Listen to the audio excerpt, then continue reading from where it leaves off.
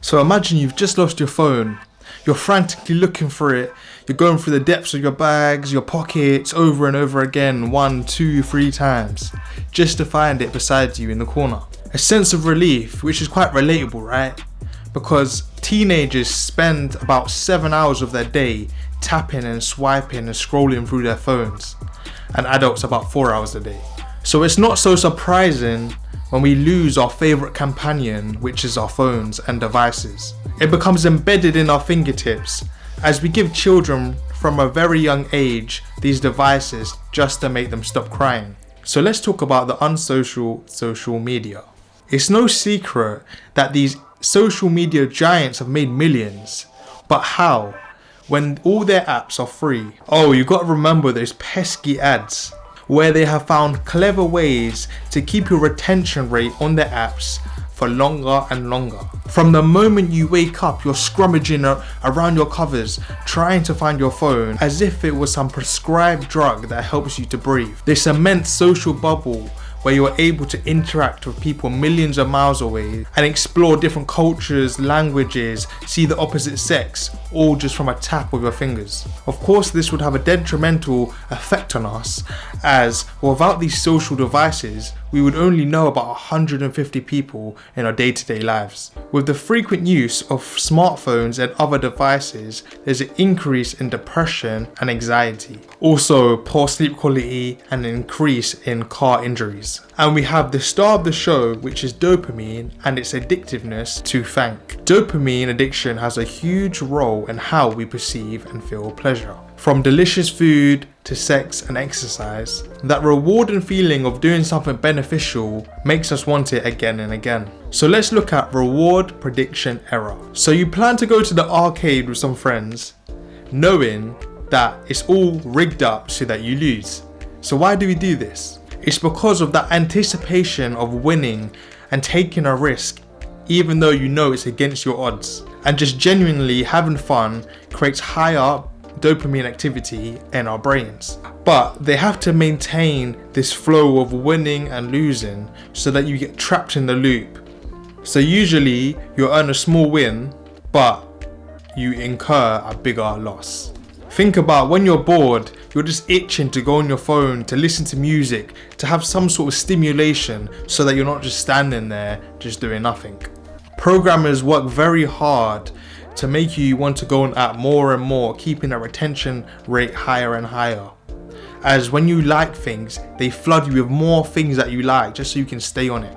Have you ever noticed that you was just talking about a particular product and all of a sudden you're seeing it all over the social sites? It's a ploy to get you comfortable in that environment, which makes you want to buy it because it's right there in front of you. Just look at what the former Vice President of User and Growth on Facebook has got to say. I feel tremendous guilt. The short-term dopamine feedback loops that we have created are destroying how society works. So let's understand why it's kind of toxic. It's because it's self-sustainable. This is because social media has the effect that can change someone's life overnight. So then people see this lifestyle that people start to portray and they start to want it for themselves. So this can lead people to want to get involved and make content for themselves, ranging from anything. Or there's people who slowly build a brand and make something for themselves without kind of going viral, but you know, the work rate is there. Either way, this entices people to think, I can do that, I want that. So then we have all the pieces of the puzzle. People who will produce and people who will consume. So then we have social gratification, which I've talked about a few times on this channel. Why is it so hard for us not to go on our phone? The feeling of missing out and missing something important. Every little notification you get makes you feel kind of excited to see who it is, what it is. But when you get no notifications or attention, you start to feel a little bit more sad, maybe lonely. Every like, view, social approval that you get makes you feel a certain way inside, even if you don't know it. This up and down feeling is controlled by social media to make you crave more. Okay, so let's look at a digital detox. The average British person looks at their phone every 12 minutes. So of course, it's very hard to escape this feel-good sensation.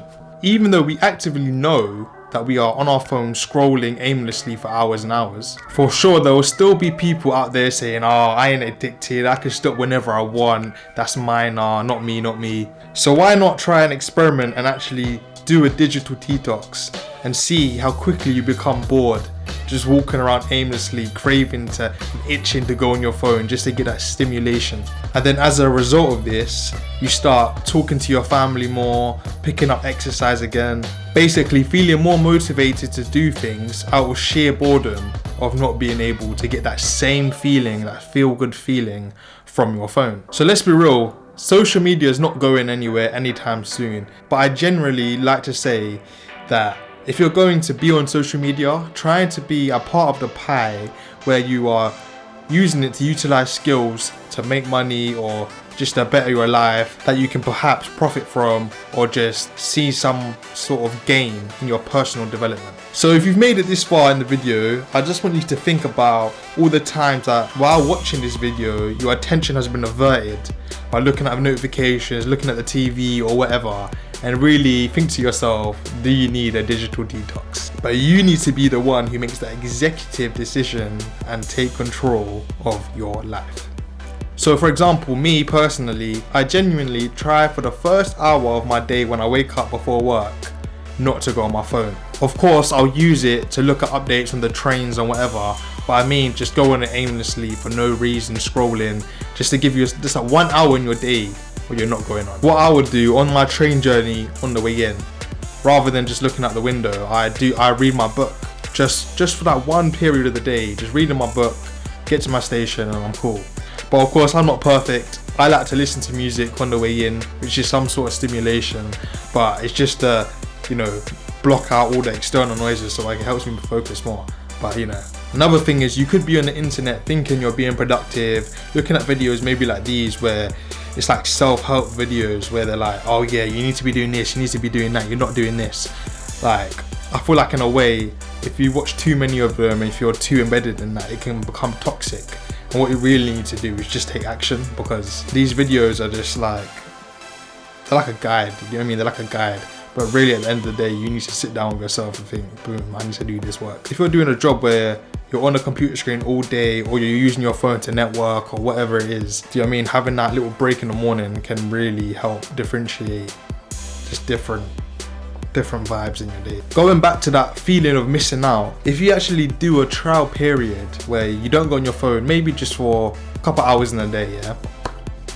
And then you realize that when you go back and you see all the things that you've missed, you didn't actually miss anything important, nothing of relevance. It's just going to be memes and like models on the internet and just random rubbish. Like you didn't actually gain nothing from. Like it's really crazy when you think about it.